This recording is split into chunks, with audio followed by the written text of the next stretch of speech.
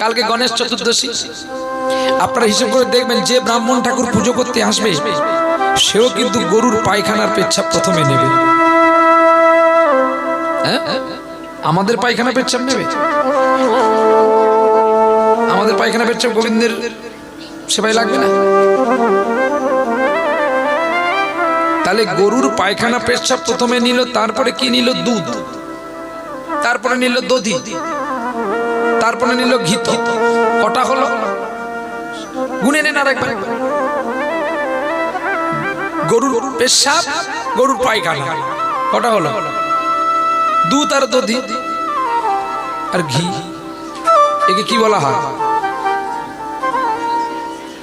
পঞ্চামৃত।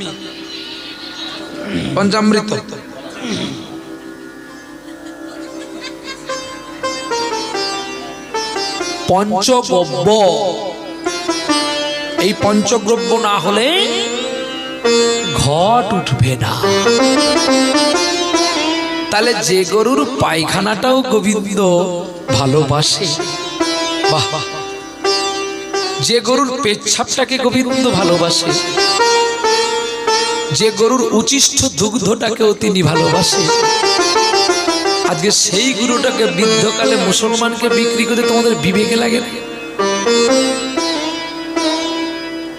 তোমরা নাকি সকলে কীর্তন শোনো, বড় বড় কীর্তনে কে আনো, আর মুসলমানকে ঘৃণা করে তোরা গোমাংস খাস।